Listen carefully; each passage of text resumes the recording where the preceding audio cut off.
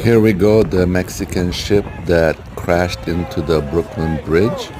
This could mean one or two things. First, Jose or Jesus or Rodriguez or Jorge was drinking on the job and didn't see the bridge being that short compared to the mass of this ship.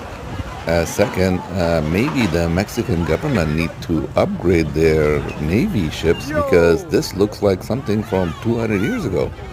Come on, Mexico, get it together. Use those narcos money and get yourself some real modern ships. This is a navy ship. It's a joke.